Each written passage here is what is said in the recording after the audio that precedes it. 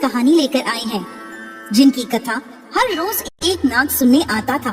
एक समय की बात है, किसी गांव में एक ब्राह्मण अपने परिवार के साथ रहते थे। उनके परिवार में उनकी पत्नी और एक पुत्र था। वो बहुत गरीब थे। उनके पास कभी कभी खाने को भी नहीं होता था। ब्राह्मण की पत्नी बहुत दुष्ट और चालाक थी। वो रोज ब्राह्मण को भिक्षा मांगने जाने को कहती थी, पर ब्राह्मण उसकी एक नहीं सुनता और घर में बैठा राम नाम जाप करता रहता। पत्नी के रोज रोज लज्जित करने पर ब्राह्मण एक दिन सुबह सुबह उठा और अपनी पोथी पत्रा उठाकर दूसरे गांव की ओर चल दिया। चलते चलते वो घने जंगल में पहुंचा और अंधेरा हो गया। वो वहाँ एक पीपल के पेड़ के नीचे बैठ गया और राम नाम जपने लगा। सुबह होने पर जब वो उठा तो पास के सरोवर पर स्नान करके वो आगे चला और दूसरे गांव में पहुंचा। गांव वाले उससे ना तो कोई कथा सुनना चाहते थे और ना ही कोई उसे भिक्षा दे रहा था। वो दुखी होकर घूम फिर कर फिर उसी पीपल के पेड़ के नीचे आकर बैठ गया। वो पीपल का पेड़ बहुत विशाल था। उस पेड़ की जड़ में एक विशाल काला सांप रहता था। उस ब्राह्मण ने सोचा कि मेरी कथा तो कोई नहीं सुनता, ये कथा मैं पीपल के पेड़ को ही सुना देता हूँ, और अपनी कथा सुनाने लगा। कथा पूर्ण होने पर पेड़ के नीचे बिल में से एक काला नाग निकला और इस ब्राह्मण को एक स्वर्ण मुद्रा देते हुए बोला, तुम रोज यूं ही यहाँ आकर मुझे कथा सुनाया करो, मैं रोज तुम्हें एक स्वर्ण मुद्रा दूंगा। ब्राह्मण ने ये बात मान ली और नाग बोला, ये बात तुम किसी को भी मत बताना, तुम्हारे सब दुख दूर हो जाएंगे। ब्राह्मण रोज ऐसा ही करता। सुबह उठता, नहा धोकर अपनी पोथी पत्रा लेकर उस पीपल के नीचे पहुंच जाता और वहां बैठकर कथा सुनाता। कथा संपूर्ण होने पर नाग वहां आकर ब्राह्मण को एक मुद्रा भेंट करता। देखते ही देखते ब्राह्मण की खूब धन संपत्ति हो गई। पूरे गांव में ये चर्चा होने लगी कि ब्राह्मण के दिन कैसे बदल गए। ये जरूर कोई गलत काम करता है। ब्राह्मण के लोगों की बातों से कोई फर्क नहीं पड़ता था।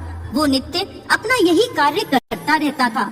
एक दिन गांव की कुछ औरतें ब्राह्मणी के पास आईं और उससे पूछने लगी कि आपके पति इतने धनवान कैसे हो गए?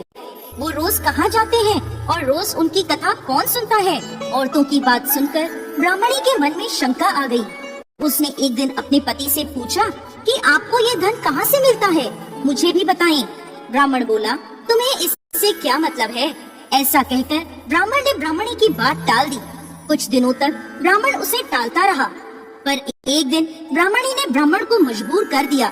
मजबूर होकर उसने अपनी पत्नी को नाग की सारी बात बता दी, जिस वजह से उसकी पत्नी के मन में लालच जाग गया और उसने ब्राह्मण के खाने में नशे की दवा मिलाकर उसे खिला दिया और अपने बेटे से बोली, बेटा तुम उस पीपल के पेड़ पर जाओ और उस नाग को मारकर उसकी सारी संपत्ति ले आओ।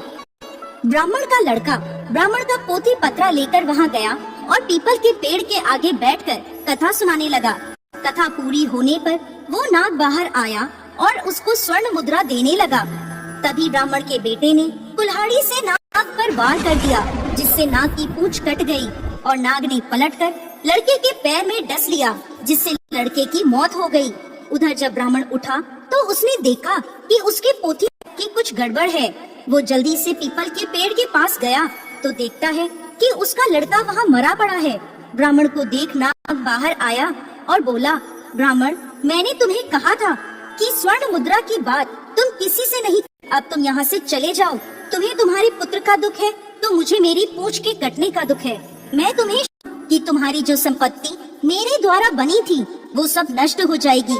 ब्राह्मण सर पीट कर रह गया और रोता बिलखता अपने पुत्र का शव लेकर वहाँ से आ गया और अपनी पत्नी से बोला, देखा तुम्हारे लालच की वजह से ने अपना इकलौता पुत्र गवा दिया और हमारी सारी संपत्ति नष्ट हो गई। ब्राह्मण